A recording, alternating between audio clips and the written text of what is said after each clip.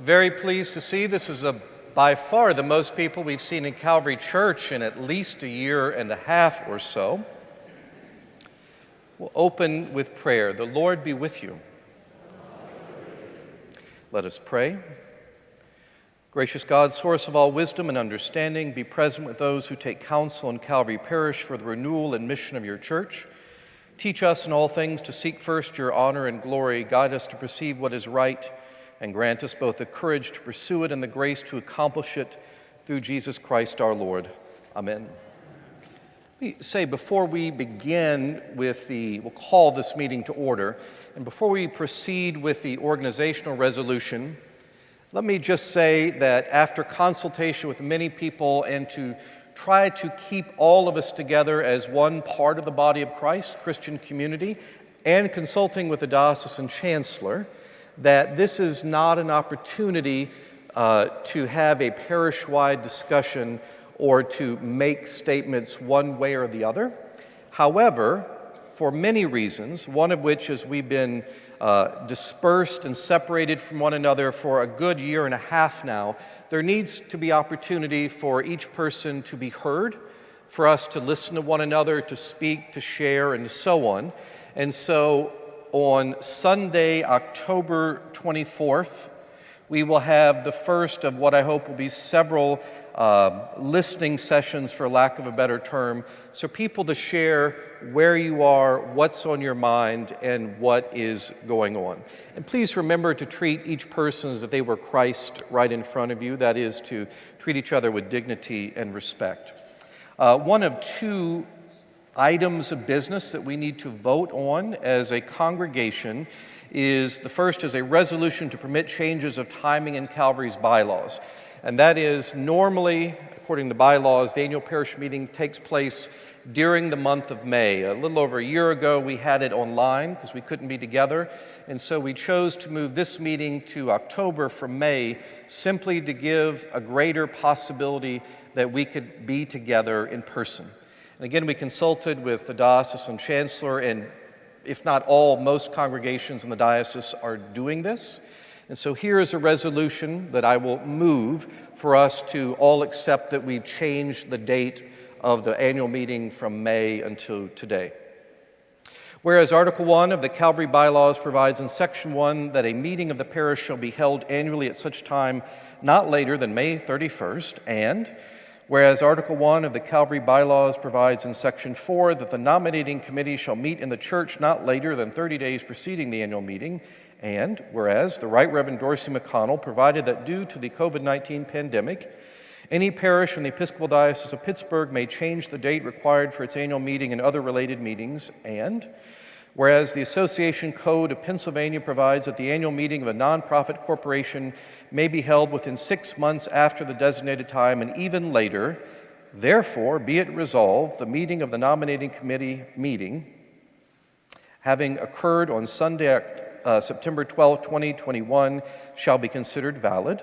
And 2, the holding of the 166th annual meeting in Calvary Episcopal Church on Sunday, October 3rd, 2021 is hereby approved. So this is moved. Is there a second to that? Does anybody understand? So we all agree our annual meeting normally in May, we're moving it to today.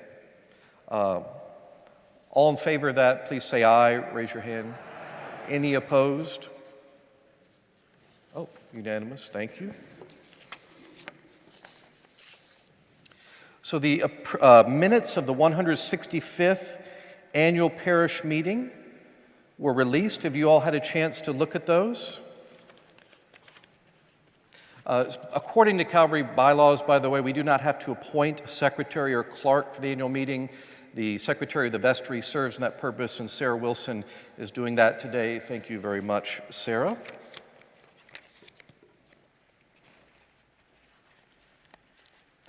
Motion to approve the annual meeting minutes as presented. Is there a second to that? Any amendments to those annual meeting minutes? Okay, all in favor, please say aye. Aye. Any opposed? I'll call upon Jamie McMahon to give the report of the nominating committee.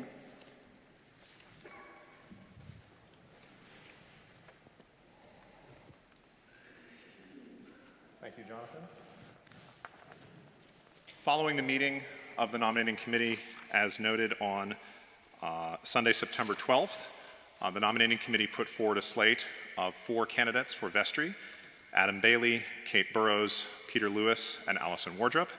In addition, 3 candidates were nominated by petition, consistent with Calvary's bylaws: Michael Braxton, Lucy S. Douglas, and Philip Parr. Those are the nominees for Vestry. In addition, we have 1 nominee, Janine Farina, for Parish Council. Thank you. I should say, I will now introduce Russ Ayers, one of our judges of election, to talk about the logistics of the voting for the Vestry election. Good morning, everybody. Good morning. I am Russ Ayers, and along with Matt Muldoon and Ruth Ann Bowerly, I was asked by the Vestry to be a judge of election. All of you have received ballots. This is first for almost all of us. I have heard rumors of contested elections in the distant past, but for most of us, we haven't lived through it. I want to start by thanking our clergy, our wardens, our vestry, and above all, our hardworking staff and sextons for making all of the planning and logistical arrangements that will make this possible. All of you have received ballots, which I think are pretty clear and simple. Please vote for no more than 4 of the 7 candidates. Under our bylaws, the polls are required to be open for 30 minutes. I will start that clock as soon as I'm done with my remarks here. At the end of that time, the judges of election will collect the ballot boxes and adjourn to an undisclosed location where we will count them as many times as need be to determine who are the 4 elected candidates. Ballot boxes, one is directly, and I think appropriately, under the banner of St. Michael over here by the baptistry. The other is at the far end of the nave by the western door. Please feel free to use either one of those. This will necessitate movement during the presentation of some of the business parts of the meeting. That cannot be avoided. Please try to be as discreet as possible, but please, by all means, submit your ballots. Let me ask if there are any questions about the procedures that we've put in place. Everyone's clear. That's great. My watch, which for this purposes is official, says 10:12. So at 10:42, the polls will close. I will try to give a 5-minute warning before that, just so that everybody has a chance to get a ballot submitted. So the polls are now open. If anyone forgot to bring a pen, we do have a few spares in the parish hall. You're welcome to help yourself. Please give your prayerful thought to which individuals you would like to have join our vestry and lead this parish forward. Thank you all.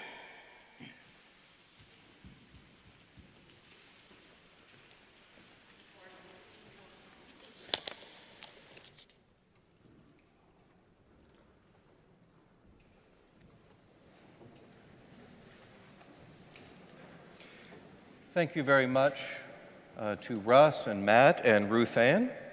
For the Parish Council, we have 1 candidate, and she is Janine or Jeannie Farina. She's presented by the nominating committee, therefore moved and seconded. All in favor of electing Jeannie Farina for the Parish Council, please say aye and or raise your hand. Any opposed? She is elected. Thank you very much. And I'll call upon Jamie McMahon, the senior warden, to give his report.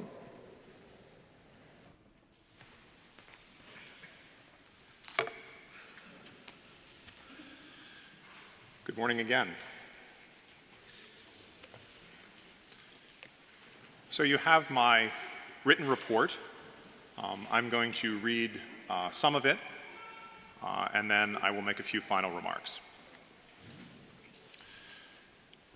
With this 166th annual meeting, my time on the vestry at Calvary and as your senior warden draws to a close.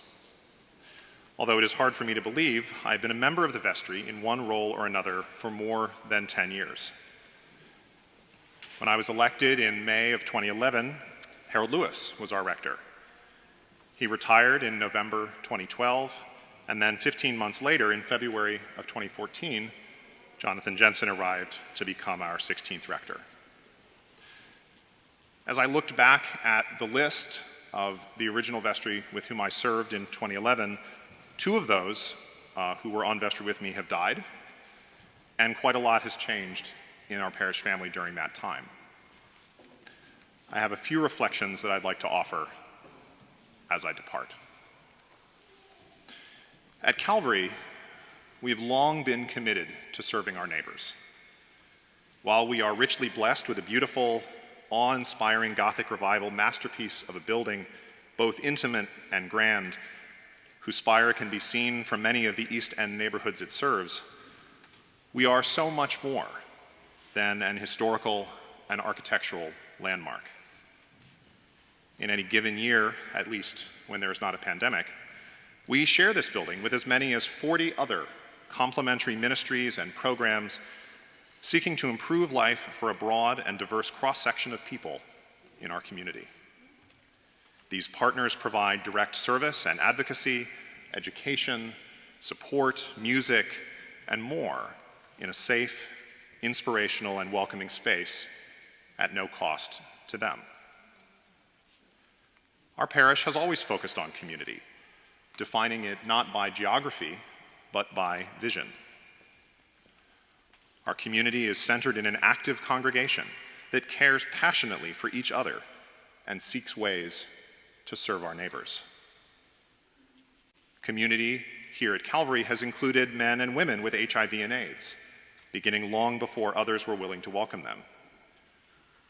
Community includes Alcoholics Anonymous, literacy programs, English as a second language classes, Amnesty International, Tree of Life, Pittsburgh's Ethiopian Orthodox congregation, and many others with whom Calvary partners and who depend on having access to our space.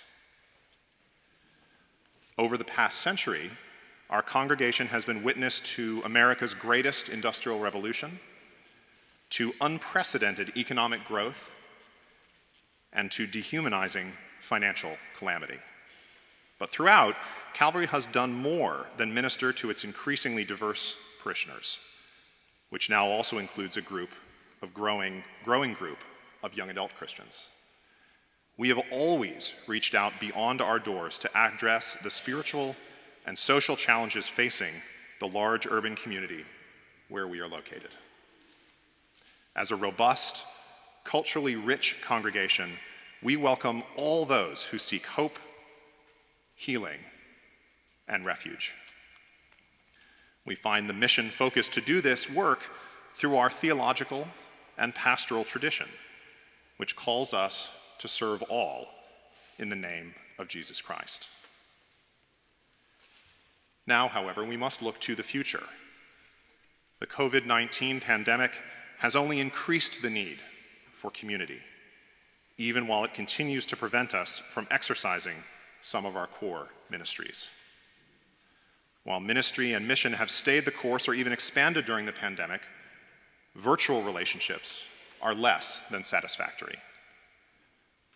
Isolation is exacerbating the innate longing for community, for us to be together, to be a place of comfort and inspiration. As Archbishop Desmond Tutu, who preached from Calvary's pulpit in 2007, has noted, one of the distinctive things about our branch of Christianity is that we meet. We come together as a community to live, work, pray, sing, and serve. I urge each of you in our congregation to consider what you can do to help, and to consider carefully how we can work together in ways that build up our common life. The second half of my report on the back lists a number of people to thank for their work over the last year. I'm not going to read all the names, you all can read them. But I will say that to second what Russ said a few minutes ago, our parish staff in particular have done a tremendous amount of work over the last year, really over the last year and a half of the pandemic, to keep us all connected and to allow us to continue to worship together as a community as best we could. It has been an honor for me to serve as your senior warden for these last 4.5 years, and it has been an honor for me to serve with our rector, Jonathan Jensen. And I want to end by thanking him for all the work that he has done during his time with us. As we look forward to the future, I wish you all the best, and I thank you.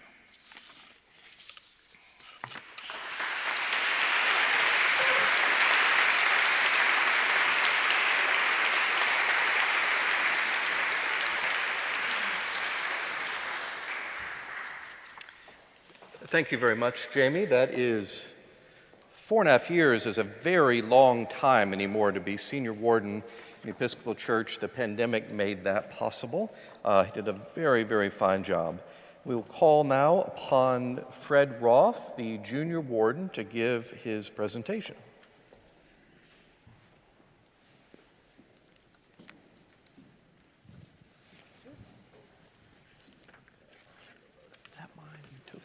Good morning, Calvary family. I'm Fred Roth. I'm vestry person and junior warden. I come before you today to declare that for all that we've been through this past year, year and a half, Calvary Church still stands tall, on a firm foundation, and on very solid ground. Yeah, we have the usual problems with boilers, chillers, minor repairs, adding closets here and there, painting things, all of the stuff that comes that we've just heard the sexton staff is taking up.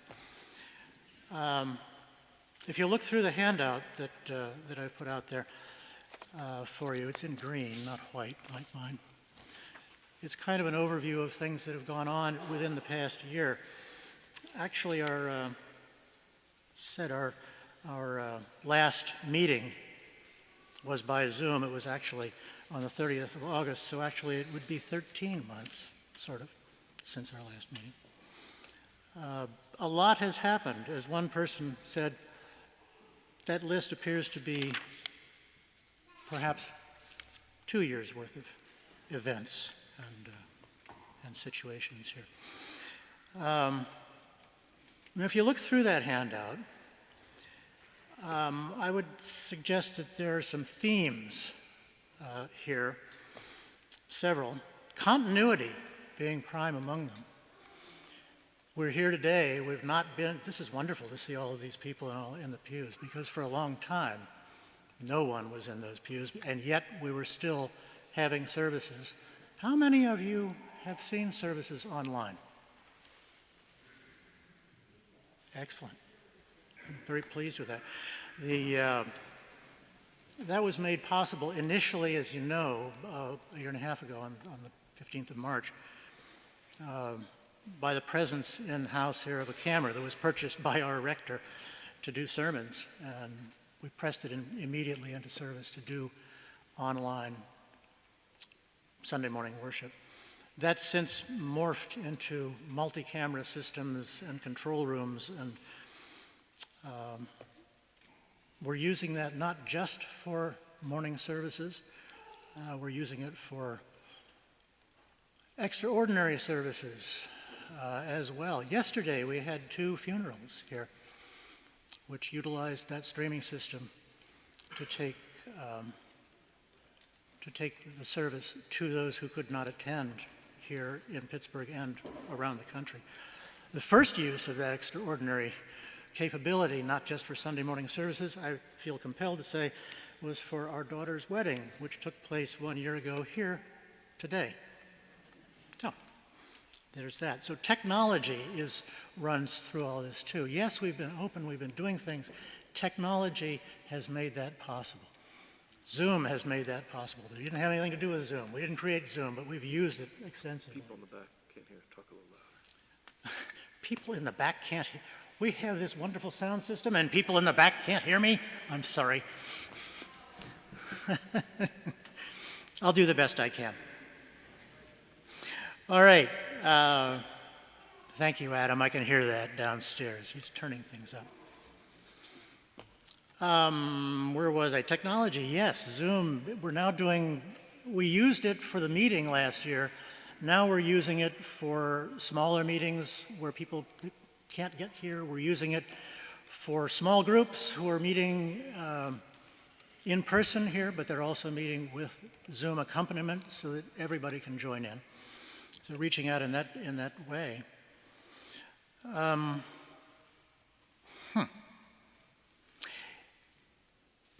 The other thing that runs through this list, yes, all of those things are good, and they keep the church available and accessible and keep people aware of what's going on here. But community shows up in this list too, I think you'll find. I mean, we never did shut down, but when we were open enough to do it, we have managed to invite other members of the community to use our space. The space has been very much in demand.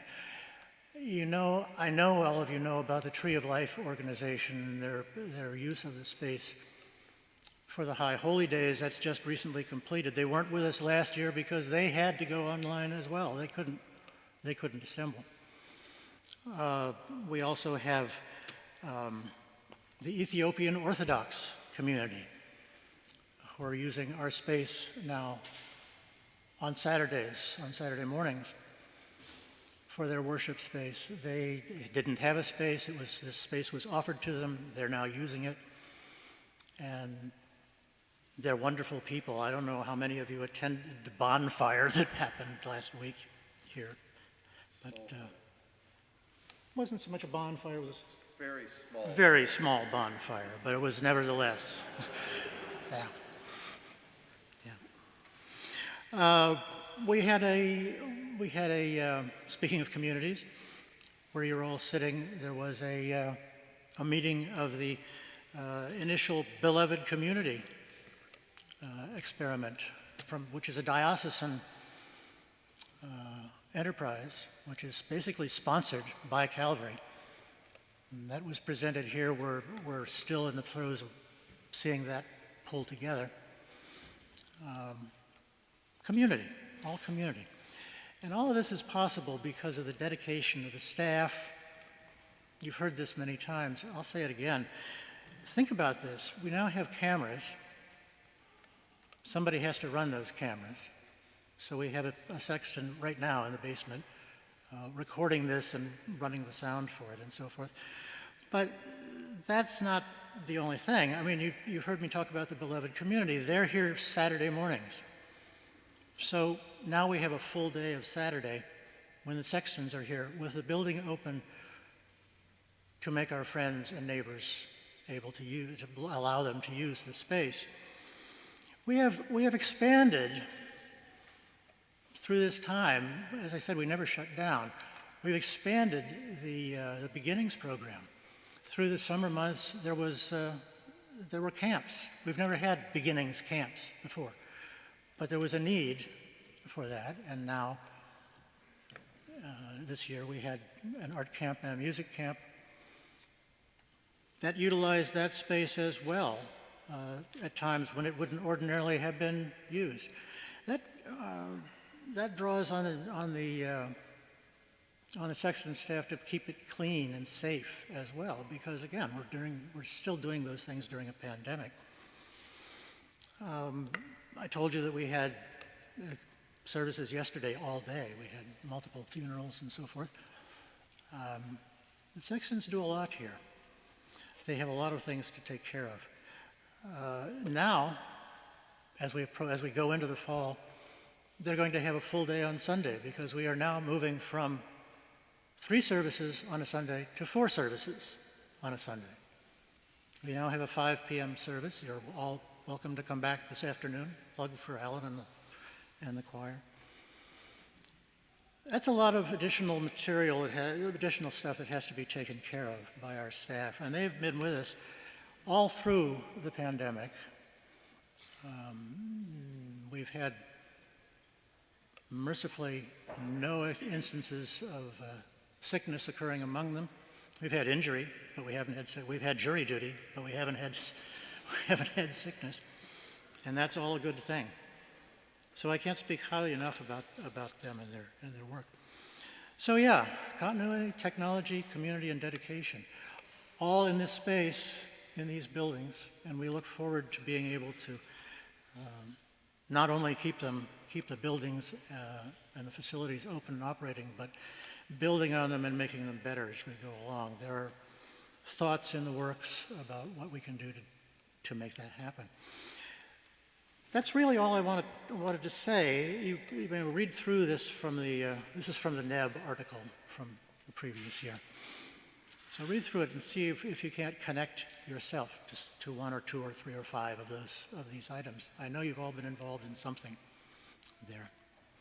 So let me just say it's been a pleasure, an honor really, to serve as your junior warden for this past year. And I look forward to continuing on the vestry and doing what I can to be of service in the next several years. And if you have questions that you would like to ask, I'm frequently here. I heard that. Somebody giggled back there. I'm frequently here, and if I'm not, my name is in the book. So, thank you. Be well.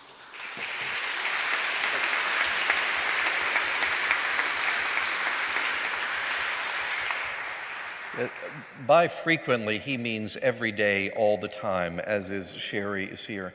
Thank you very much, Fred. He's been a wonderful junior warden. I'd say he's the odds-on favorite to be elected again as junior warden. We'll see after later in the meeting with the vestry. To point out a couple things Fred didn't mention, the sextons in particular, and the whole staff deserve recognition.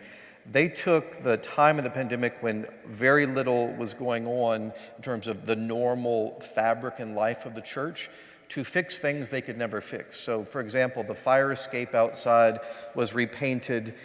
We did lots of work on various things that one doesn't normally see, like reorganizing the entire kitchen. But particularly note Marianne Packer, Adam Augustine, Ron Johnston, Jim Gubash, and particularly James Knight. James redid every floor in the building. So please do thank them, acknowledge their good work.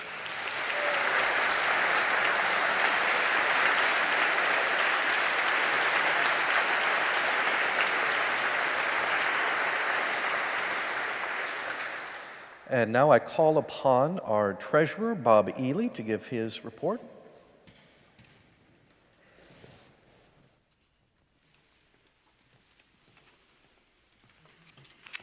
Good morning. Let me begin my report by saying 2020 was a surprisingly good year for Calvary Church's finances. Today I want to share with you some of the highlights from this past year. For fiscal year 2020, our consolidated operations fund reflects income over expenses of $58,500, which is $105,000 better than the budgeted deficit for the year. This large positive variance was greatly enhanced by receiving a $164,000 loan from the government's payroll protection plan, which was used exclusively for payroll and payroll-related expenses of clergy and staff, including the beginning's preschool teachers. Our loan forgiveness application was approved by the SBA in December, which allowed us to reclass it from loan status to reportable income. On the income side, the largest positive actual results versus budget variance is on the line item Gifts and Grants for Operations, where Calvary received over $205,000, an amount $13,800 greater than what was budgeted. This amount includes the fourth annual gift of $150,000 from the Hillman Foundation. Several other generous gifts totaling over $55,000 were received throughout the year. As you know, our most important source of income is the pledges received from parishioners.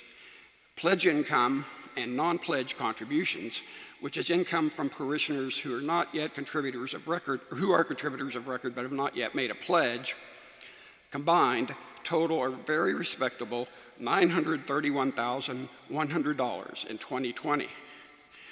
The line trust income shows an amount of $22,200. What this represents is monies received each year from the Julius Singer Charitable Trust Fund, of which Calvary is a 25% income beneficiary. On the expense side, total operations fund expenses ended up being $27,900 less than the budgeted figure. The fact that we came in under budget is due in no small part to Calvary staff, which did an excellent job in monitoring their expenses this year, that they all finished well under budget. Our largest expense each year is the calculated assessment we pay to the Episcopal Diocese of Pittsburgh. In 2020, we paid $157,000. As far as the outreach budget is concerned, income exceeded expenditures by a net $9,100. Funds were distributed to all designated outreach programs, including our annual contribution to Pittsburgh Interfaith Impact Network. 2020 also saw the start of our distributions to the Beloved Community Initiative. Because of COVID-19, there was no Calvary Camp in 2020. This meant that our annual outreach distribution of camp scholarships awarded to Calvary Lincoln After School Program children were not made. But outreach at Calvary extends far beyond the outreach portion of Calvary's budget. There are no doubt numerous examples where parishioners and groups are sharing much of their time, talent, and treasure.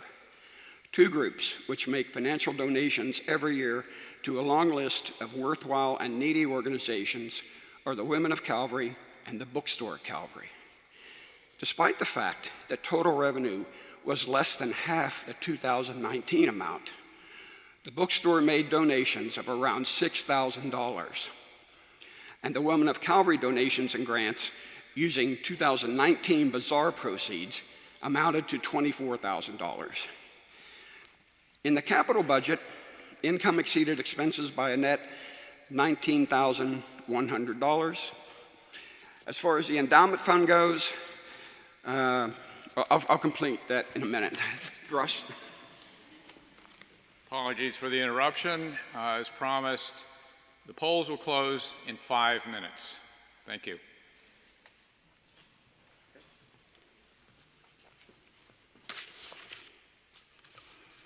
Okay, continue. The endowment fund. The December 31st, 2020 value in our endowment fund was approximately $7.2 million, an increase of $1 million from 1 year ago. The year-end balance includes a total payout of $277,700 into the three budgets of the operations fund. And in 2020, once again, the payout from the common fund was at 5%. We also have an endowment at the Pittsburgh Foundation. In 2020, it increased by $10,800 and was valued at $218,500 on December 31st. Finally, the year-end market value of Calvary's proportionate share in the previously mentioned Singer Charitable Trust Fund is around $524,000. As I've mentioned in previous annual meetings, Calvary opened a $250,000 line of credit with Citizens Bank in 2009. Funds have been borrowed and paid back to that account as the Vestry deemed necessary over the past 12 years. At the end of 2020, the outstanding balance in that account was $75,000.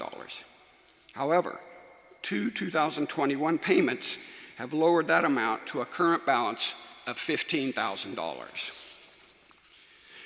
Calvary's 2020 financial activity has been reviewed by our auditors, Grossman, Yannick, and Ford, and we have once again received a favorable report.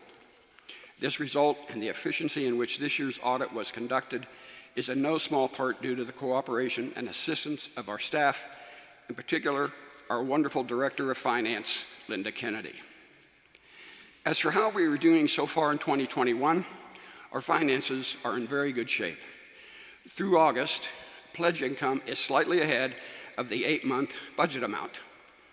It will be a challenge, but there is a good chance that the Operations Fund year-end results will be better than the budgeted deficit. In closing, if you have any questions concerning these results or any other financial matter, please feel free to contact Linda Kennedy, me, or any other member of the vestry. Thank you very much.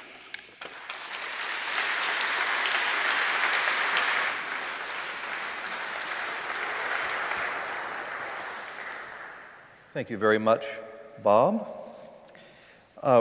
This time we will recognize and thank the outgoing vestry members.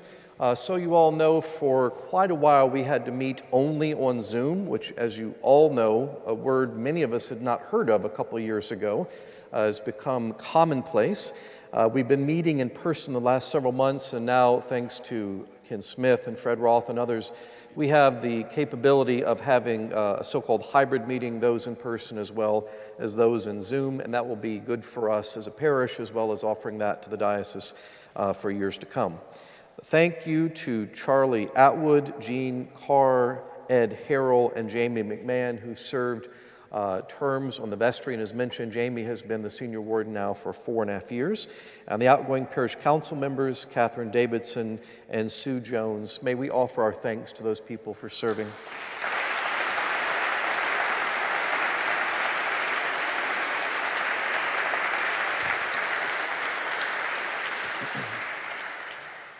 This time I will offer the rector's report, and I will say that I have a much longer version that will be published in the next Agape with bullet points, but it is much, much longer than a normal sermon of mine, so I will spare you all of that. I also, in the written report, thank many people that I won't be able to do now, but please do look forward to that in the next Agape. Over the past 1.5 years, we have all experienced a season of great loss. We all know that because we've lived through it. And we face this as individuals, as a parish, as a country, and of course, even throughout the world. Many things we took for granted in our personal lives and in church were changed, and possibly for most of them, some of them, possibly forever. People are hurting physically, and many more are suffering emotionally, financially, or spiritually, leaving people feeling angry, frustrated, anxious, and isolated. These feelings have infused the culture and are exhausting and harmful. Do you have something to hand to me? I wish I did. Polls are closed. The polls are closed. You're going to go to an undisclosed location and count. Thank you all for participating, and we beseech your patience and your prayers. We will announce the results when we have the results. Thank you. Thank you, Russ. So we've all lost something during the pandemic. We've all lost someone, including many beloved parishioners here who've died in the last 1.5 years. Jean Robinson, Emily Jarrett, Jane Traherne Thomas, Kathy Hendrickson, Sue Neff, all have had memorial services recently. Others dear to us have had to move away from Pittsburgh, including the core of our acolyte corps. They had to move away for work or for family, and in this time they don't say goodbye, people just are gone. That's very hard to deal with. So much we've lost, and so many are simply not here anymore. On a personal level, my wife and I each lost our father in the past year. And as many of you know, earlier this year I had a heart attack and almost died. It's not been my all-time favorite year so far in 2021. Now, we've been surrounded by loss and death. But if you hear nothing else from me ever in the rest of your lives, our call always is to point to the promised resurrection through Jesus Christ. We point to resurrection by loving and serving our neighbors as ourselves. That's what I've been talking about for the last 7.5 years.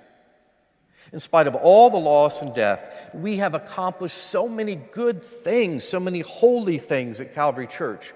different ways we have loved and served our neighbors as ourselves and each other in and through this congregation.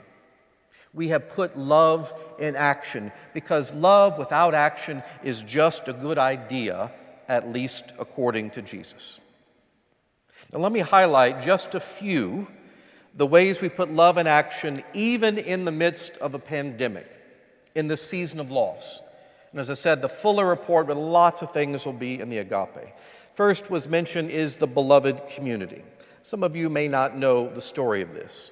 After the murder of George Floyd, it was clear we needed to respond with more than simply some prayer or we will light a candle and hope for you.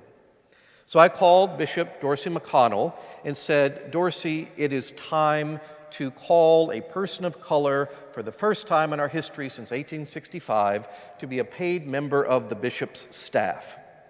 And the good idea, which is all it was at that point, was later put into action, and it had to become that for it to be a thing at all, and it's now called the Beloved Community Initiative.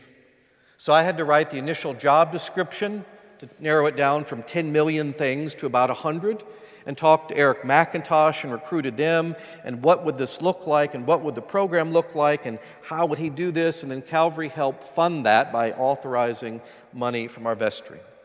And this is a wonderful ministry that will bear fruit for a long time because it's talking about racial justice and reconciliation within the context of the Christian faith, which is a story that needs to be told. What does it mean to be Christians and bring racial reconciliation?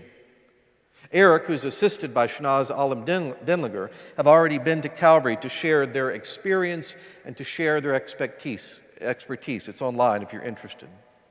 And as Fred mentioned, a whole new thing happened here on March 15th. Well, not really new, it's just a new version of a very old thing. When the world seemed to stop, we started streaming our services on that first day with one camera, and Fred is not taking all the credit he deserves. He used to shoot for Mr. Rogers' Neighborhood. That's why it looked good, not because of anybody else. And so Fred, and then later Ken Smith and Neil Rahman and Adam Augustine maintained a very high quality of worship. And then thanks to your generosity, Fred designed a system and you gave $25,000, and you can barely see these two cameras here on the columns, so we can share this with the world. It's all integrated. And what we found is our attendance actually went up. More people were watching online than were ever just in person. And this is completely consistent with our history at Calvary, but we also noticed all these questions emerge, not here, but in every congregation. How do you keep people together when you're just worshiping from home? Perhaps some people I know dressed up, some wore pajamas. How do you keep everybody together? How do you do sacraments? How do you do service? How do you do social time? And on and on and on. But we had the same problem 100 years ago when we started radio services here at Calvary, and trying to figure out what that means to have a congregation resident locally in person and one dispersed all over. Now, what we found is that we have parishioners certainly from greater Pittsburgh, but we also have them from regularly Longwood, New York, Tennessee, California, the big one, not the town in Pittsburgh, outside of Pittsburgh, Florida. We even have people from Korea and Greece and England regularly worship with us. Our congregation is not just the neighborhood, but the city, and in fact, the world. And it's always, of course, also right down the street. And so, as mentioned earlier, our Tree of Life friends, who've become more than just neighbors, good friends of ours, return back to Calvary. If some of you noticed a large mechanical thing out front a couple weeks ago, that was a lovely idea they were trying to pitch to us. It's a temporary air conditioner, but being Pittsburgh, it was so cold they didn't need it the entire time we were here to enjoy it. But they came back. Rabbi Myers and I don't just see each other once a year at the high holidays. We've been involved in several initiatives together. One of those is working with local law enforcement to strive for more equitable policing in our communities. What does it look like when you know people, when the police and clergy and the people on the street know one another to treat each other with justice, with fairness? We've been a part of interfaith services together for those suffering and those who've died from COVID and from those suffering from injustice or discrimination in the community. And soon we've been asked to go together and tell our story and give the benediction to the State Senate in Harrisburg. On Tuesday, by the way, there is a very good book that's coming out. It's by Mark Oppenheimer with the title Squirrel Hill, the Tree of Life Synagogue and the Soul of a Neighborhood. And Calvary makes many appearances in that book.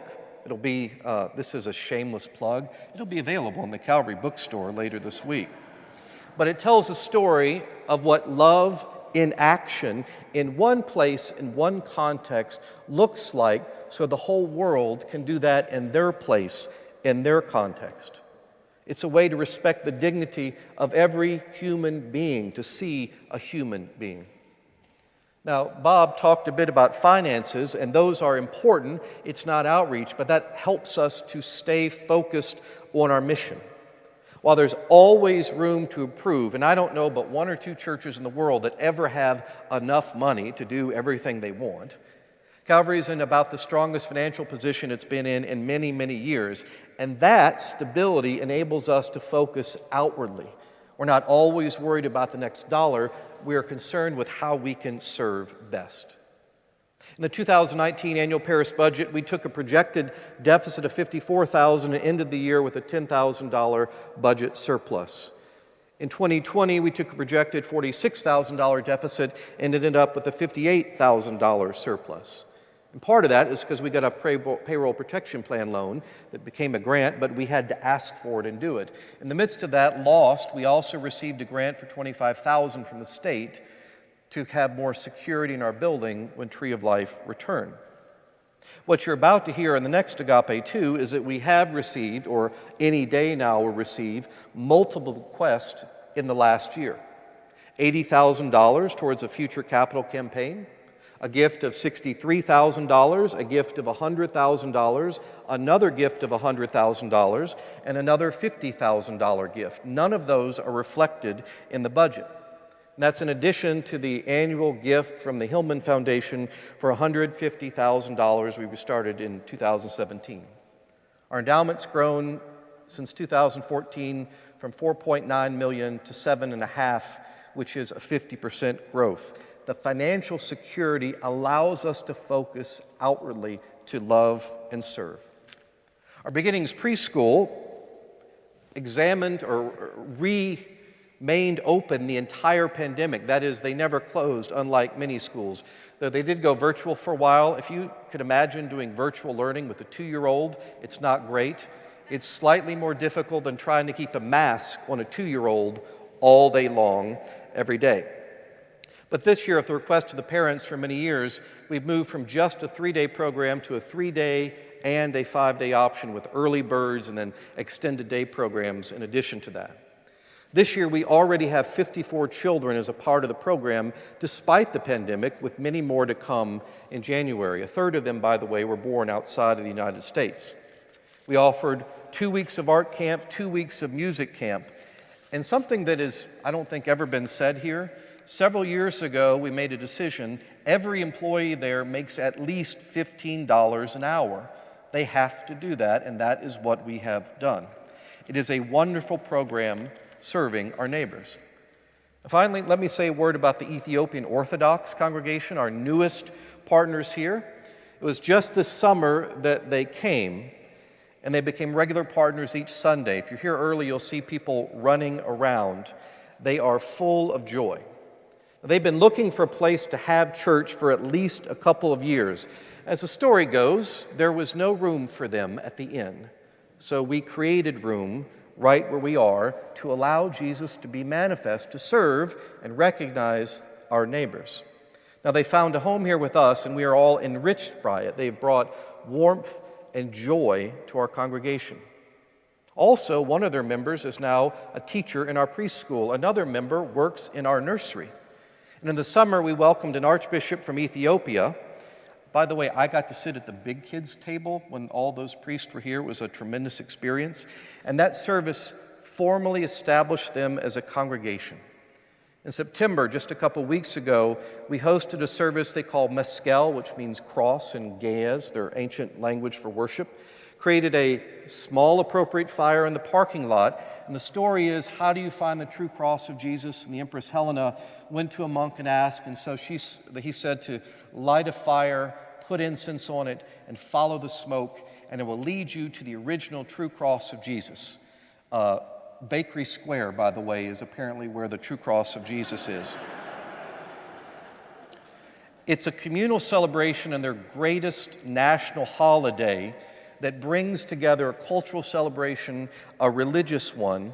And they've given, I put it in the parish hall for now, a beautiful gift of different crosses of Ethiopia. Now I want to end with that image that the cross of Jesus, the one they shared with us, is a visual reminder of love in action. It's a reminder, a symbol of hope, of ultimately of resurrection. And that we should always be seeking it, pointing it out, looking for it, sharing it with other people. It's a cross on the altar. It's the rood or cross screen just above me. It's on top of the building at the very pinnacle. The building itself is shaped like that. We are surrounded by them. We are literally led by them when we worship. The cross all around us is a constant reminder that even in the face of death, we are always people of resurrection hope. Most of all, these outward symbols are reminders that the cross is ultimately not up there, it's in you. And we're called to share it. Share in the world by loving and serving our neighbors in word and always love in action. Thank you very much.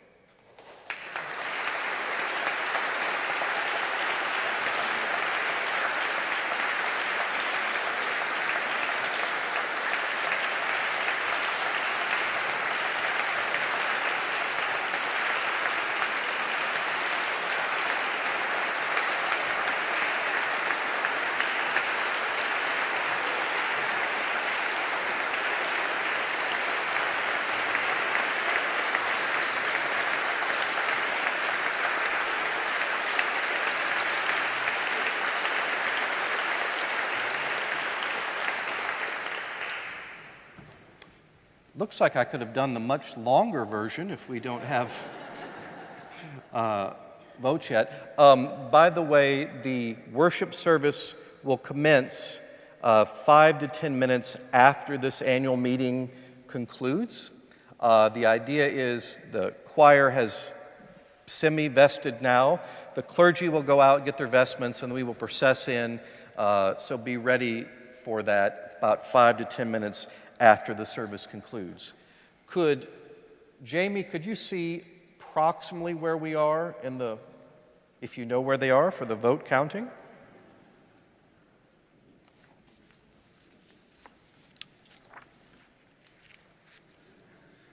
So we've received interesting requests about various things over the last several months. One is there's some churches that would like to start borrowing the music that Alan and John Tillion and the choir offer each week because they can't get an organist in pandemic. And so we have given them permission, assuming this is legal with copyright law and so on. They want recorded versions, basically the week before, of our beautiful choir singing, our wonderful choir singing beautiful music, I guess I should say, as well as the organ. They will use that as their worship throughout the rest of the pandemic. We have people watching this, and multiple congregations have said, hey, we got a guy with a cell phone, and he's a little shaky when he's filming the preacher. How do you do this? And so Fred, this is a local company, by the way, Fred offered his expertise, and we've now shared this with many places of how we go about doing that. While we're waiting, I hope it's very soon, please feel free to take a brief break and stand up. You can talk to people, you can greet your neighbor. Take a brief break.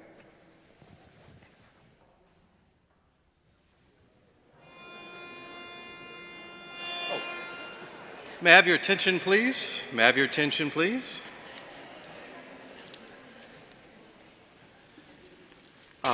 Matt Muldoon is one of the judges of election. We do have an election. He will come here and present the results.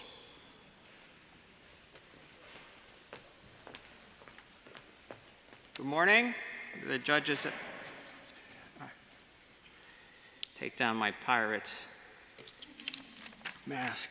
The judges have counted carefully the cast ballots and announced the 4 winners today to join the vestry.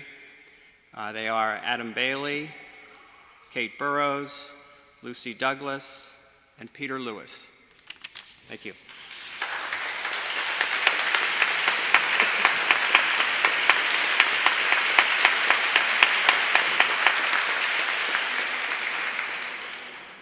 Thank you, Matt, and thank you to all who offered themselves for service to Calvary Church.